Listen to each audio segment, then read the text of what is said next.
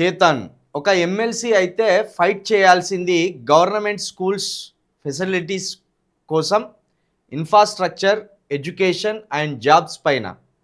కానీ మల్లన్న పోయి ప్రైవేట్ స్కూల్స్లో ఏం మాట్లాడుతున్నాడు అయితే మొన్న మల్లిగాడు చాలా పెద్ద స్కెచ్ చేసుకున్నాడు.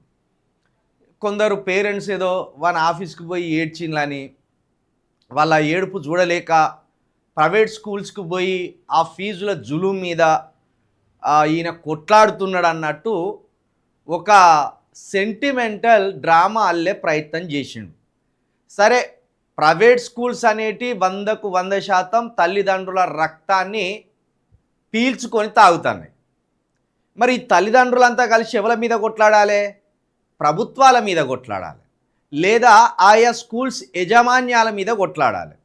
అయితే వీళ్ళేదో కొంతమంది తీన్మార్ మల్లిగాని దగ్గరికి పోయిందని దాన్ని పట్టుకొని తీన్మార్ మల్లిగాడు ఎంత బ్లాక్మెయిలింగ్కి పాల్పడుతున్నాడంటే, వాడు ఆ స్కూల్ యాజమాన్యం ఇడిచిపెట్టింది కానీ నాసొంటోనైతే ఈ రోజున వాడిని బజార్లో నిలబెట్టి ఆడుకునేటువంటి నేను. వీడు ఎవడండి వీడు? నాకు అర్థం కాదు. ప్రైవేట్ స్కూల్ యాజమాన్యాలు అతి దారుణంగా, అతి ఘోరంగా ఫీజులు వసూలు చేస్తాను. ఆ వంకతోటి వీడు ఏం చేస్తాడంటే, ప్రైవేట్ స్కూల్ యాజమాన్యం వ్యక్తిగత స్వేచ్ఛను హరించేలాగున వీడు పెద్ద నయీంలాగా కూర్చొని అరే ఫోటోలు తీయకండి అని ఆ స్కూల్ యాజమాన్యం అంటాను. బరాబర్ తీస్తాం. నువ్వెవర్రా తీసేదానికి? అసలు నువ్వెవడు తీయడానికి?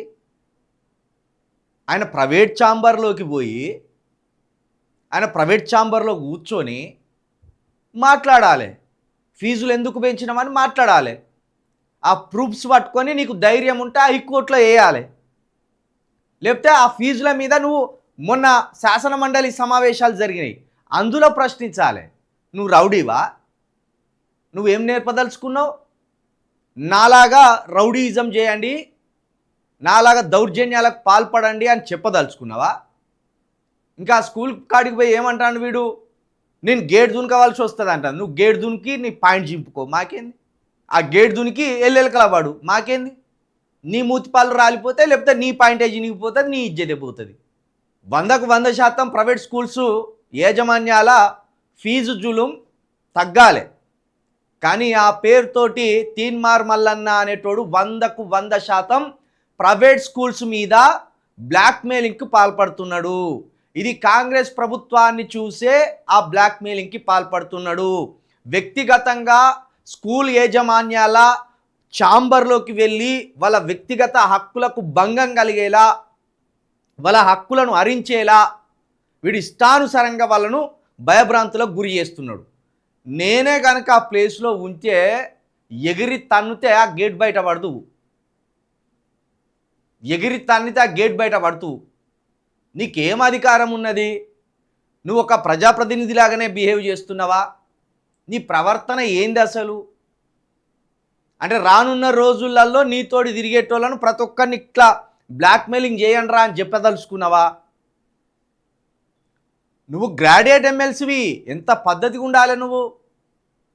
నీ ప్రవర్తనలో కావచ్చు, నీ మాట విధానంలో కావచ్చు, నీ నడవడికలో కావచ్చు, ప్రతిదీ ఇతర గ్రాడ్యుయేట్స్ చూసి నేర్చుకునేలాగా ఉండాలి. కానీ నీ ఫోజ్ ఏంది? ఇట్లా ఫోజ్ పెట్టి కూర్చొని సేమ్ నయీం పోలికలే. ఆయన అప్పటికి అంటాడు ఆ ఫోటోలు తీయద్దని చెప్పండి అంటాడు. నువ్వెవరు? ఆయన వ్యక్తిగత ఛాంబర్లోకి వెళ్ళి ఫోటోలు తీసే హక్కు నీకెక్కడిది?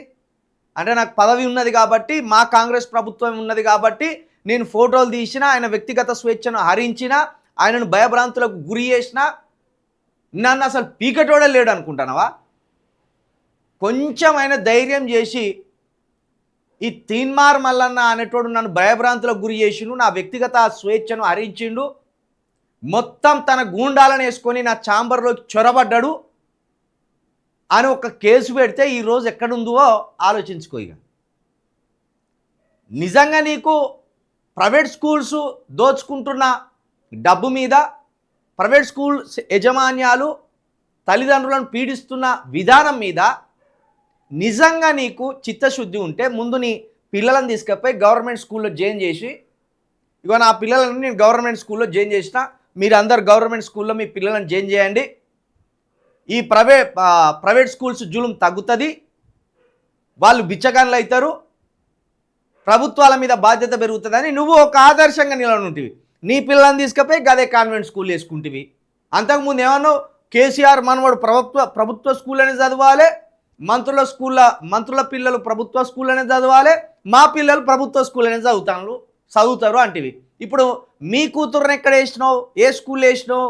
లక్షలు పెట్టి ప్రైవేట్ స్కూల్లో వేసినావు. అన్నీ మర్చిపోయినావా?